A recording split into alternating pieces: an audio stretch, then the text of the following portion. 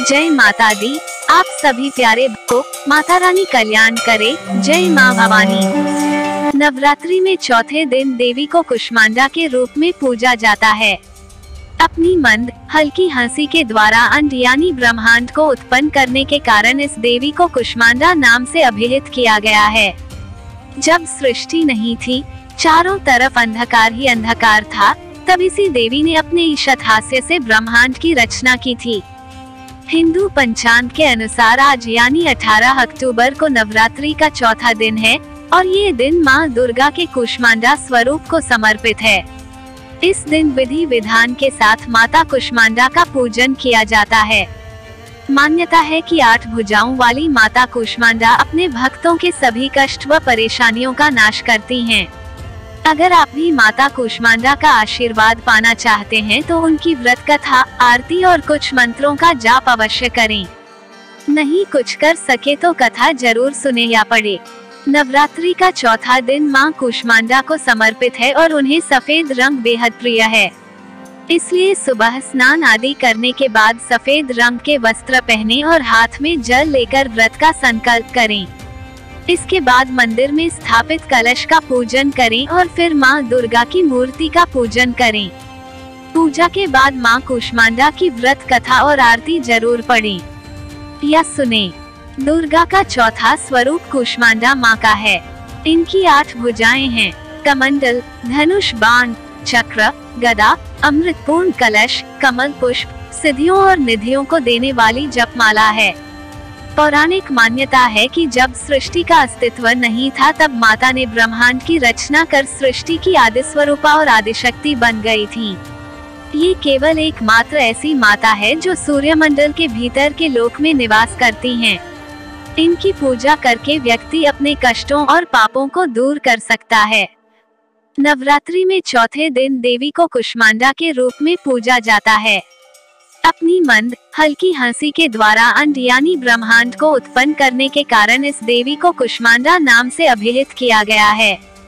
जब सृष्टि नहीं थी, चारों तरफ अंधकार ही अंधकार था, तब इसी देवी ने अपने ईशत हास्य से ब्रह्मांड की रचना की थी। इसीलिए इसे सृष्टि की आदि स्वरूपा या आदिशक्ति कहा गया है।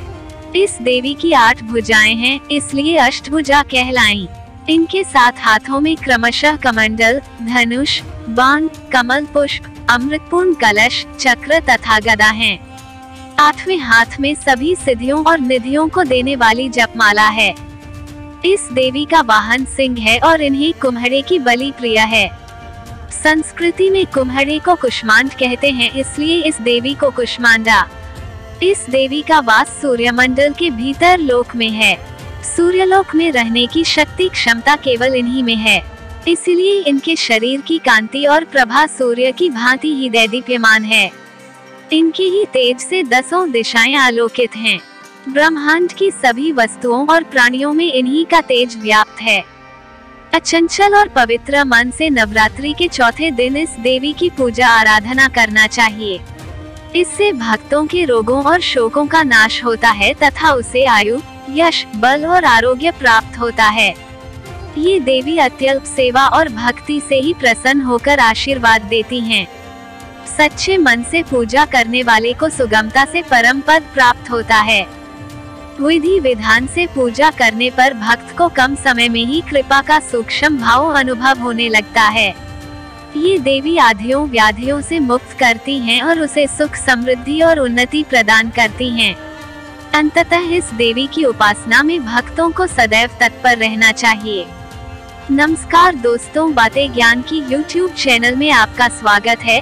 इस चैनल के द्वारा भक्ति, ईश्वर कथा, पौराणिक कथाएं, प्रेरक कहानियां और ज्ञानवर्धक कहानियों का विशेष संकलन आपको मिलेगा और आप ऐसे ही ज्ञानवर्धक वीडियो देख पाएंगे। कृपया चैनल को सब्सक्राइब करें, वीडियो को शेयर करें और अपना बहुमूल्य साथ बनाए रखें। धन्यवाद दोस्तों। पौराणिक कथा के अनुसार तारकासुर नाम का एक राक्षस था जिसका आतंक बहुत बढ़ गया था, लेकिन तारकासुर का अंत कोई नहीं कर सकता था, क्योंकि भगवान शिव के पुत्र कार्तिकेय के हाथों की उसका अंत संभव था। ऐसे में मां पार्वती ने अपने पुत्र स्कंद यानी कार्तिकेय को युद्ध के लिए प्रशिक्षित करने के लिए स्कंदमाता का रूप धारण किया। स्कंद माता से युद्ध का प्रशिक्षण लेने के बाद कार्तिकेय ने तारकासुर का अंत किया। स्कंद माता की पूजा करने और कथा पढ़ने सुनने से संतान सुख की प्राप्ति होती है। स्कंद माता की कृपा से मूढ़ भी ज्ञानी हो जाता है। कहा जाता है कि कालिदास द्वारा रचित रघुवंशम महाकाव्य और मेघदूत रचनाएं देवी स्कंद माता की कृपा से ही संभव हुई।